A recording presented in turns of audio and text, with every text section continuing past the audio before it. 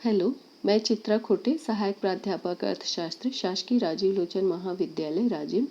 मैं आज आप लोगों को सेकेंड सेमेस्टर का मैक्रो इकोनॉमिक्स सब्जेक्ट से मंदी स्फीति या स्टैगफ्लेशन को बताने वाली हूँ। मंदी स्फीति को निस्पंद स्फीति या स्टैगफ्लेशन भी कहते हैं। जैसा कि हमने अभी तक पढ़ा, मुद्रास्फीति जो है वो किसी भी अर्थव्यवस्था के लिए एक बड़ी समस्या बन सकता है, लेकिन इससे भी एक अलग स्थिति और विचित्र स्थिति होती है स्टैगफ्लेशन की। इसमें क्या होता है, इसमें स्थिरता, आर्थिक जड़ता के साथ साथ या स्थिरता के साथ मुद्रास्फीति की स्थिति होती है। यह एक ऐसी विचित्र स्थिति होती है जिसमें आर्थिक जड़ता तथा मुद्रास्फीति दोनों ही पाई जाती है। इसका विकासशील देशों की अर्थव्यवस्था पर काफ़ी दुष्प्रभाव पड़ता है। आज हम देखें तो विश्व के अधिकांश औद्योगिक देश इसी विचित्र स्थिति में फंसे हुए हैं, जहां आर्थिक जड़ता तो होती ही है, साथ ही साथ मुद्रास्फीति भी बनी रहती है। इसी को अर्थशास्त्रियों ने स्टैगफ्लेशन नाम दिया है। इसे अगर शाब्दिक दृष्टि से देखें तो ये स्टैग्नेशन प्लस इन्फ्लेशन से मिलकर बना हुआ है, जो इस बात का प्रतीक है कि अर्थव्यवस्था में एक ओर तो कीमतें बढ़ रही हैं और दूसरी ओर आर्थिक विकास अवरुद्ध होकर अर्थव्यवस्था में निष्क्रियता एवं जड़ता की स्थिति ला देती हैं। इसी स्थिति को आर्थिक गतिहीनता के साथ साथ मुद्रास्फीति भी कहा जाता है। प्रोफेसर सैमुअल्सन के अनुसार मंदी स्फीति एक नई बीमारी का नाम है, जिसमें वस्तुओं के मूल्यों और मजदूरी की दरों में वृद्धि होती है, साथ ही साथ बेरोजगारी बढ़ती है और उत्पन्न माल बिकना कठिन हो जाता है।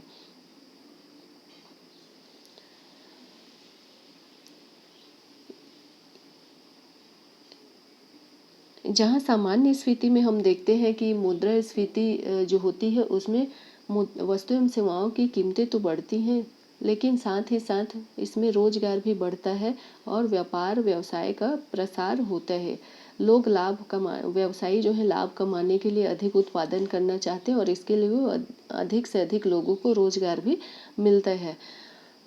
लेकिन स्टैगफ्लेशन ऐसी स्थिति होती है जिसमें कि केवल मुद्रास्फीति पाई जाती है, लोगों को रोजगार नहीं मिलता है। तो देखते हैं कि स्टैगफ्लेशन या निस्पंद स्फीति के कारण क्या क्या होते हैं, ये किन कारणों से होता है। पहला तो हम देखते हैं कि मुद्रा की मात्रा में तीव्र गति से वृद्धि। अगर किसी अर्थव्यवस्था में मुद्रा की मात्रा में तीव्र गति से वृद्धि हो जाती है तो ऐसी स्थिति में लोगों के हाथों में क्रय शक्ति तो आती है, किंतु उत्पादन नहीं बढ़ पाता है। इस वजह से जो महंगाई है वो तेजी से बढ़ती है, वस्तु एवं सेवाओं की कीमतें तेजी से बढ़ती हैं, लेकिन लोगों को रोजगार नहीं मिलता है।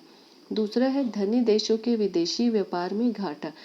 अगर किसी देश में विदेशी व्यापार में घाटा हो रहा है या किसी धनी देश से व्यापार है जिसमें अगर धनी देश या जो निर्यात करता देश है वो अपनी वस्तु एवं सेवाओं की कीमतों में तेजी से वृद्धि कर देता है, तो बड़ी आयात करने वाले देश को बड़ी मात्रा में निर्यातों की कीमत अदा करनी पड़ती है। इससे देश में भुगतान संतुलन तो प्रतिकूल होता ही है, साथ ही साथ बढ़ी हुई कीमतों पर वस्तु एवं सेवाएं उपलब्ध होती हैं। साथ ही साथ घाटा ये होता है कि देश में इन वस्तुओं का उत्पादन नहीं किया जा रहा है और विदेशों से आयात किया जा रहा है। इस वजह से इसमें बड़ी मात्रा इनकी कीमतों के रूप में विदेशों को अदा करनी पड़ती है।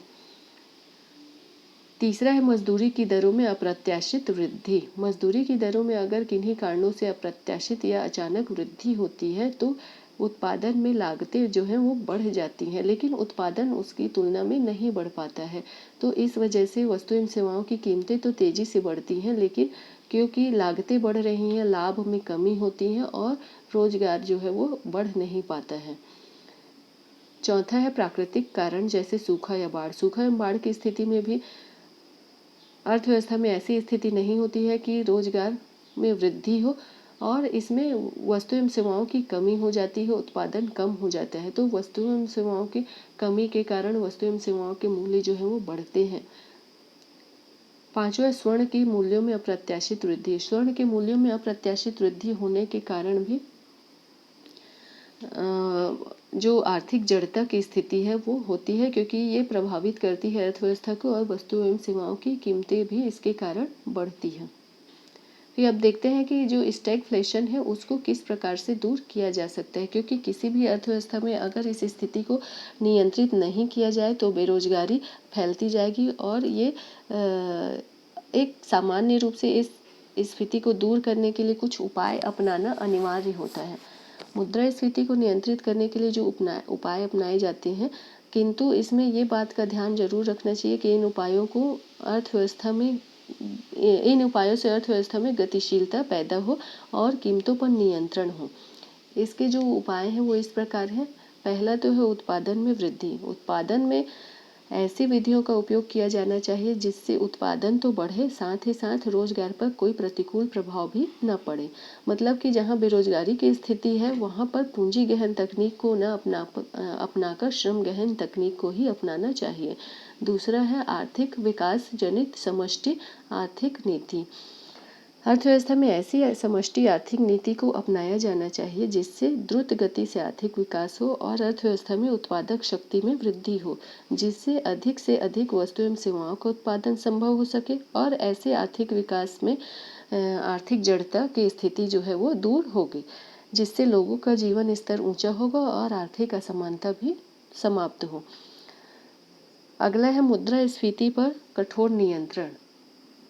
मुद्रास्फीति पर कठोर नियंत्रण करके भी आर्थिक जड़ता को या स्टैगफ्लेशन को दूर किया जा सकता है। इसमें आंशिक विकास के उपायों के साथ यह भी आवश्यक होता है कि कीमतों के बढ़ने पर कठोर नियंत्रण रखा जाए। इसके लिए सरकार को उचित मौद्रिक नीति अपनानी चाहिए और इसे सफल बनाने के लिए राजस्व नीति का भी सहारा लेना चाहिए। चौथा हम देखते हैं भुगतान संतुलन को बनाए रखना।